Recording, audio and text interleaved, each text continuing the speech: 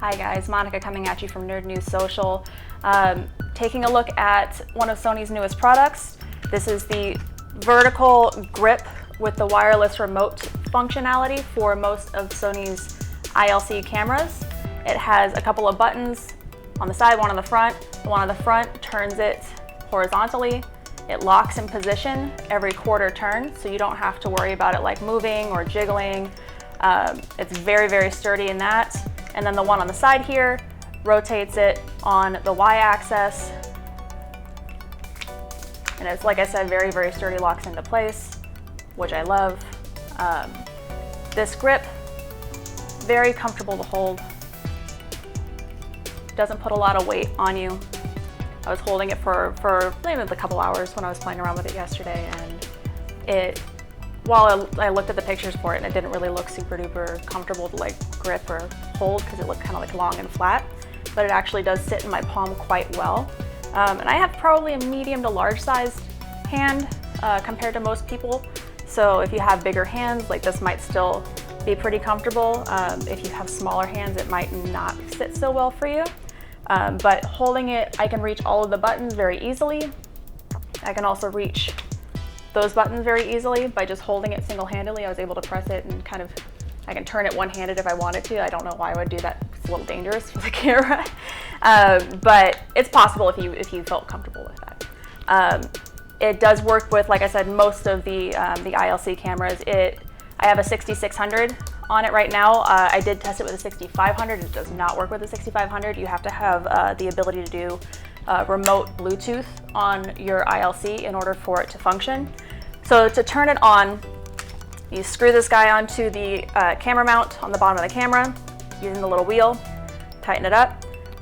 When you turn the camera on, make sure that you turn on your Bluetooth setting in the networking menu option, Bluetooth setting, and then you have to turn on your Bluetooth remote access, and then you pair the device by holding the photo button and the tight button on the top for your zoom in at the same time for 7 seconds.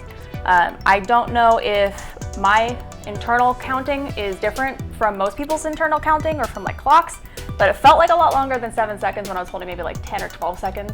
So just keep holding it until it says that it pairs. There's a little light above where it says tight. If that flashes a whole bunch of times, then it failed at pairing or it unpaired. If you take too long between the steps of pairing it, it will unpair. But once it's paired, you're able to activate the shutter control for movie or for photo mode, whichever you want to use.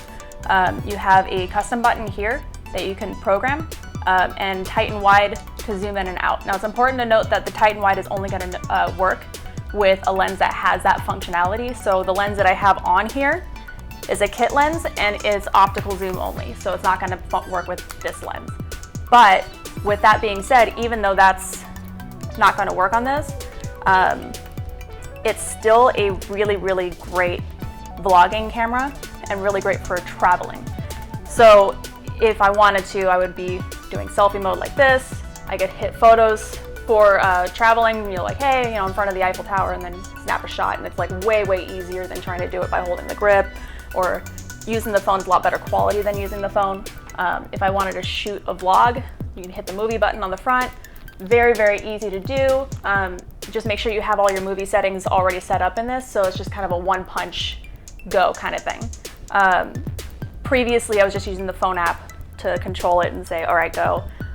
Phone apps do have a little bit more functionality where you can change the ISO, the white balance, and all that other stuff. You don't have that with this. It's just a remote like on and off, but it's still way easier if you already have the settings set up to push this than to reach into your pocket, pull out your phone, and do the control that way. Saves a ton of time, very, very easy to hold. My wrist is not even tired on this, and I'm notoriously lazy, so I get tired pretty easy. You can also record outward. I would have it spun this way to record outward, so you can still hit it with this. You can also pop out these nice legs, which are very, very smooth. They don't click into place, but they do stay very easily. And it holds this nice lens. A heavier lens, it should still be able to hold. I can put some pressure on it and it's still able to hold it without tilting. even at the very end, put pressure on it without it tilting. Very sturdy.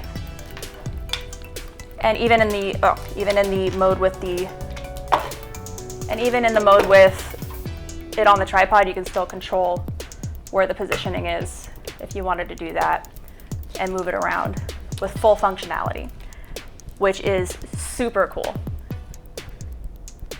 As far as the battery goes, battery is located on the back right here. You have a little lock switch, and then you have the switch here to open the compartment. And inside is just a little CR2032 battery. This is the same kind that goes into your key fob for your car keys. And very, very easy to find, so it's not like this really weird battery type that's hard to find like some of these things have. So I'm looking at you, Arlo, at least with their first model. But it's fantastic. It's very small, it's very lightweight, it weighs virtually nothing. You can shove it into your back pocket. You can put it into your backpack for your airline.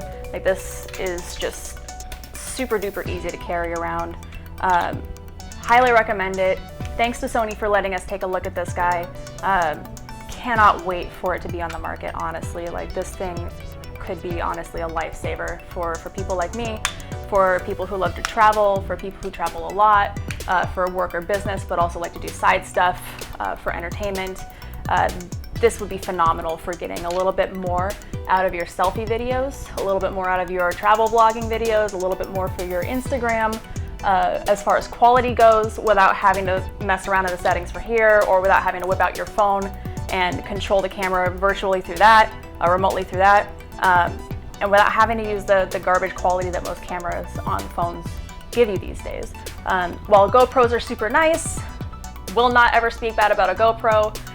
If you want to kind of step up your game as far as video quality goes, so you can use your ILC camera, your professional level. I think this even works for A9s.